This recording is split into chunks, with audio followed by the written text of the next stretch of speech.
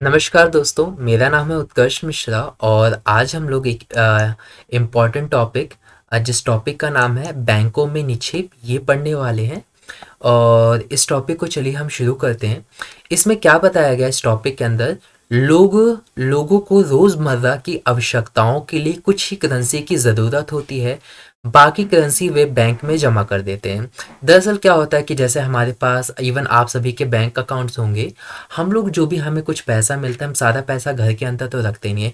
कुछ पैसा जो भी डेली यूज़ के लिए हमें चाहिए वो हम अपने पास रखते हैं और बाकी जो बचा हुआ पैसा होता है वो हम अपने बैंक अकाउंट में डाल देते हैं, अपने बैंकों में हम जमा कर देते हैं। तो सेम इसमें यही बताया गया कि कुछ पैसा को हम अपने पास रखते हैं, बाकी जो पैसे होते हैं वो हम बैंक अकाउंटों में डाल देते हैं। इस तरह लोगों का धन बैंकों के पास सुरक्षित रहता है। अब इसे बैंक में डालने के फायदे रहते हैं, आपका जो पैसे हैं वो बचे रहते हैं और इस पर सूद भी मिलता है, यानी आपको इंटरेस्ट भी जो बैंक वाले वो देते, कहते हैं कि आप हमारे यहाँ पे जमा कर दो तो इसके बदले हम आपको पैसा भी देंगे। वो आपको हर 3 महीने पे कुछ अमाउंट जितना भी आपने जमा किया होगा उस अमाउंट के बेस पर 1%, 2%, 3% जो भी आपका बैंक जिस हिसाब से आपको सूद देता हो उस हिसाब से आपको पैसा जमा करता है। इंटरेस्ट, आपको सूद का मतलब होता है इंटरेस्ट, आपको वो देता है। लोगों को अपनी आवश्यकताओं के अनुसार इसमें से धन निकालने की भी सुविधा उपलब्ध होती है और जब आप चाहो आप उस बैंक के अंदर से अपने जाके बैंक में जाकर या एटीएम से जाकर जब भी आपका मन करे आप पैसे वहां से निकाल सकते हो। ये तो बात हो गई। अब अगला इसी का पॉइंट क्या बताया जा रहा है, क्योंकि बैंक खातों में जमा धन को मांग के जरिए निकाला जा सकता है। मांग के जरिए मतलब आप उसे मांग करते हो तब वो आपको वो देते हैं, एक तरीके से डिमांड आप उनसे करते हो कि भाई मुझे पैसा चाहिए और देन वो आपको पैसा दे देते हैं।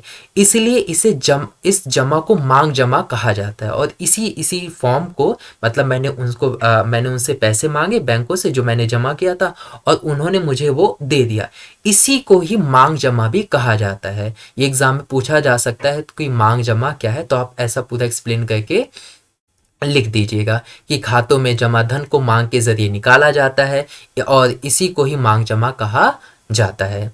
अब मांग जो जमा है इसका एक अन्य दिलचस्प सुविधा देता है, यानी मांग जो जमा है वो एक सुविधा देता है। वो कौन सी सुविधा है? वो होती है चेक की सुविधा।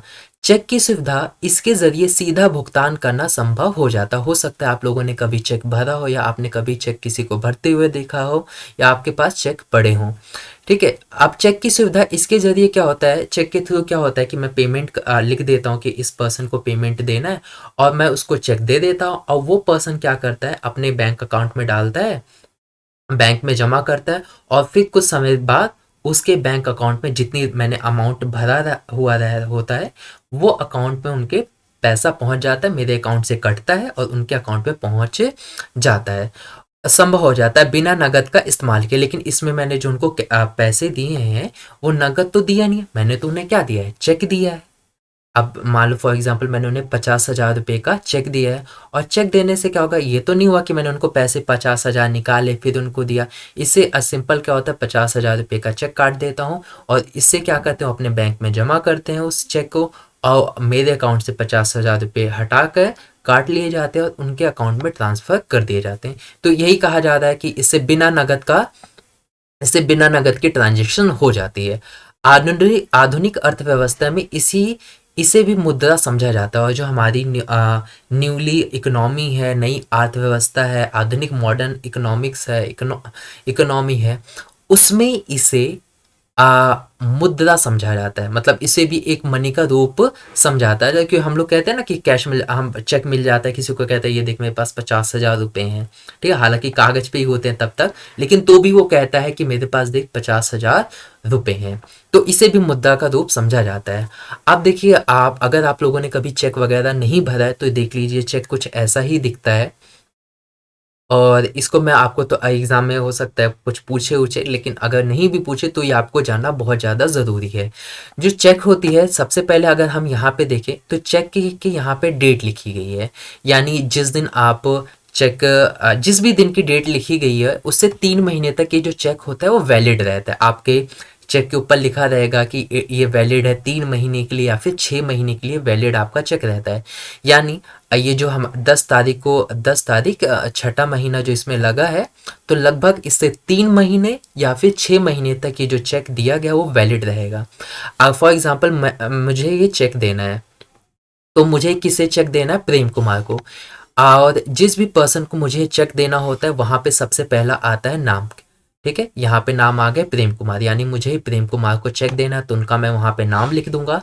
और कितने रुपए देना है पहले यहाँ पे लिख दूंगा मैं, 57,000 मुझे देना है, तो मैं 57,000 ऐसे लिख दूंगा। फिर उसी को मैं नंबर्स में यहाँ पर लिख दूंगा कि 57,000 ओनली, इससे ज़्यादा नहीं देना है। डबल हो जाता है ताकि सिक्योरिटी हो जाए, कोई दिक्कत ना हो।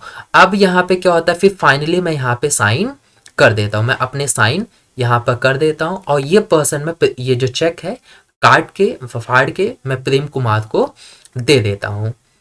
अब प्रेम कुमार क्या करता है, इसी चेक को लेता है, वो उसके पीछे अपना अकाउंट नंबर डालता है, अपना फ़ोन नंबर डालता है, और जिस भी जो भी अकाउंट नंबर वो डालता है, जहाँ जैसे फॉर एग्जांपल उसका जो भी बैंक है होगा, उसका अकाउंट नंबर डालकर वो उस बैंक में जाके ट्रांसफ़र कर देता है। जैसे ये स्टेट बैंक का है, तो ज़रूरी नहीं है कि अपने स्टेट बैंक में पहुंच जाए, अच्छा इसमें स्टेट बैंक लिखा है तो पहुंच जाए स्टेट बैंक में डाल के आ जाए, नहीं।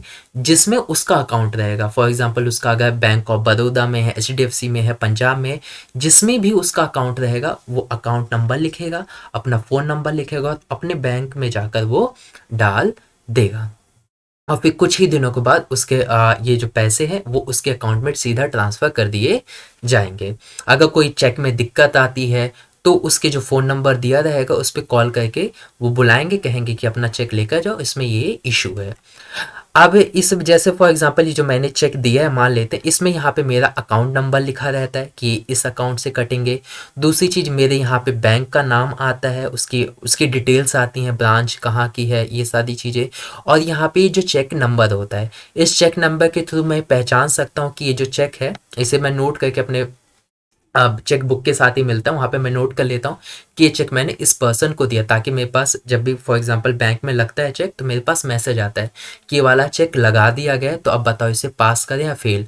अगर मतलब इससे स्टॉप तो नहीं करवानी, तो अगर स्टॉप नहीं करवानी हो, स्टॉप करवानी होगी तो मैं बोल दूंगा स्टॉप करवा दो, अदरवाइज उसे पास समझ लिया जाता अगर मेरी तरफ से मैसेज नहीं गया तो इससे ये भी हो जाता है, मुझे पता चल जाता है कि हाँ ये चेक पास हो चुका है, ये पास नहीं हुआ।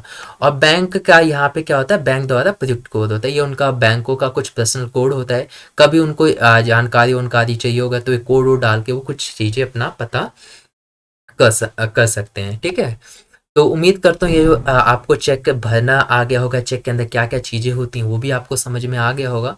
इस वीडियो में तो हम इतना ही पढ़ेंगे, नेक्स्ट जो वीडियो होगा उसमें बैंकों की ऋण संबंधी गतिविधियाँ पढ़ेंगे। और वीडियो कैसी लगी है आप मुझे कमेंट करके बता सकते हैं। और वीडियो को पूरा देखने के लिए बहुत बहुत शुक्रिया। और वीडियो कैसी लगी है कमेंट करके ज़रूर बताइए, दोस्तों में ज़रूर शेयर करिए। मिलते हैं आप लोगों से नेक्स्ट वीडियो में।